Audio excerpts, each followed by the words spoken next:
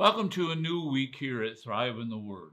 It's a new week, the first day of the week, and we're not going to do a new book. We're still in the book of James. We're in the second chapter, verse number 11 today. Now, in order for us to really understand verse number 11, we have to go back to verse number 10. But before we do, if you like what we're doing, hit the like button. If you would really want to help us, hit the subscribe button, and it will bless us. It will help us to reach more people than ever before. And that's what we want to do. We want to teach the Word of God so that you can thrive, so that others can thrive in their relationship with God. Because as they thrive in their relationship with God, you know what? All of the areas of their life are going to thrive, and they're going to make a difference in everything that they do. So, James, the second chapter, starting with verse number 10 today, and it says, whoever keeps the whole law, yet stumbles in one point, he has become guilty of all.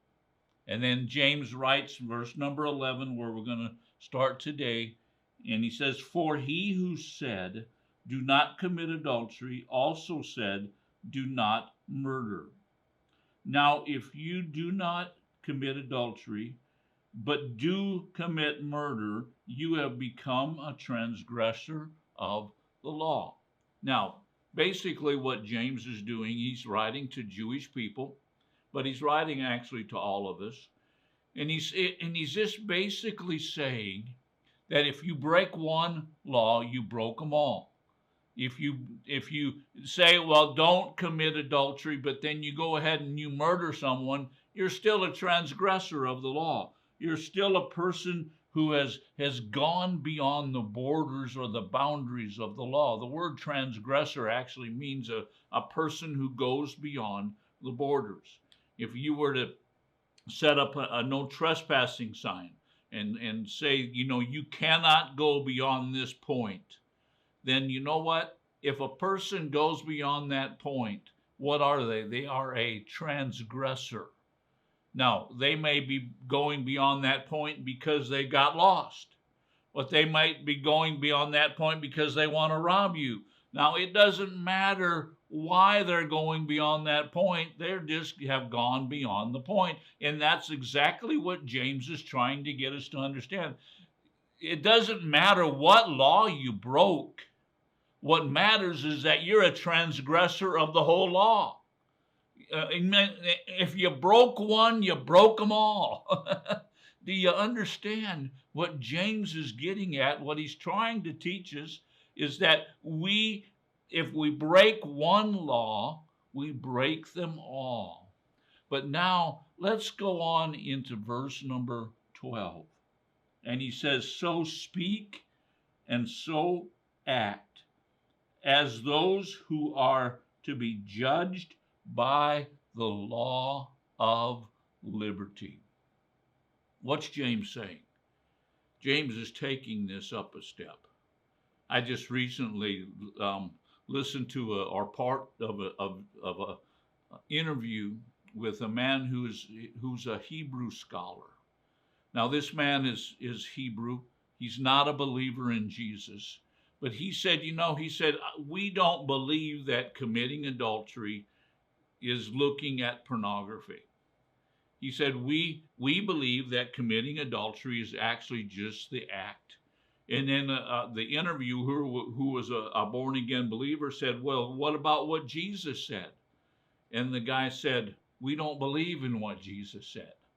Well, you see, Jesus taught that in order to fulfill the law, you can fulfill it in keeping 2 commandments.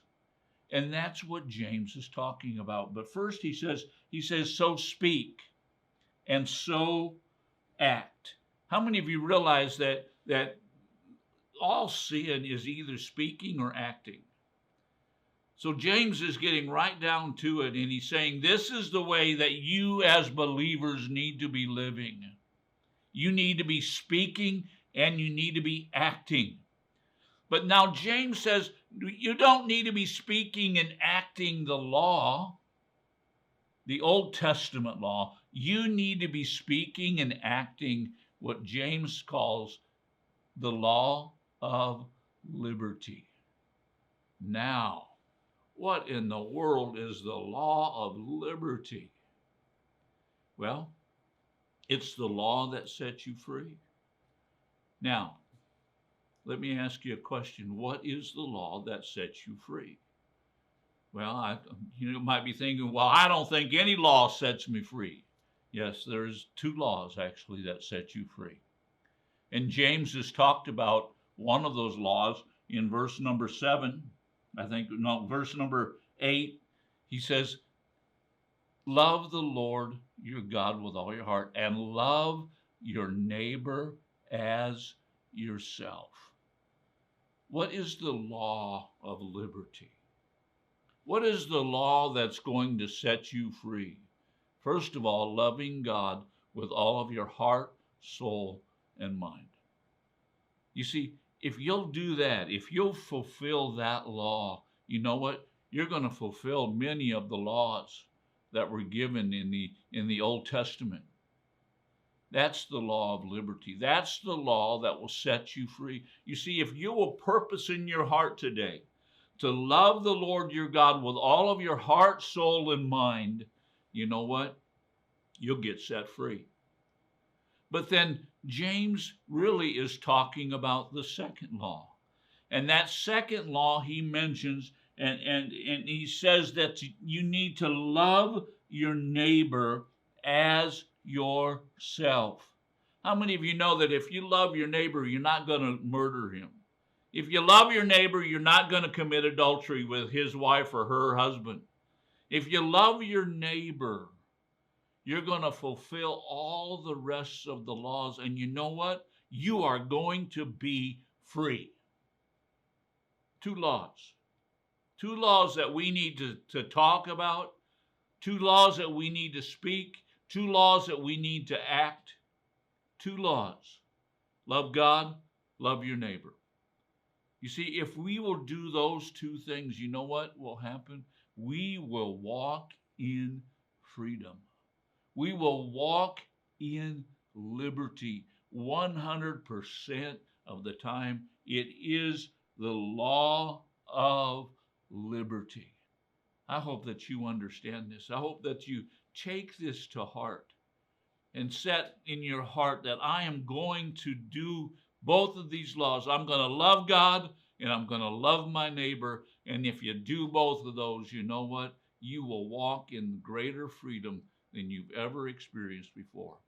Thanks for watching today. We'll see you tomorrow as we continue our study here in this wonderful book of James.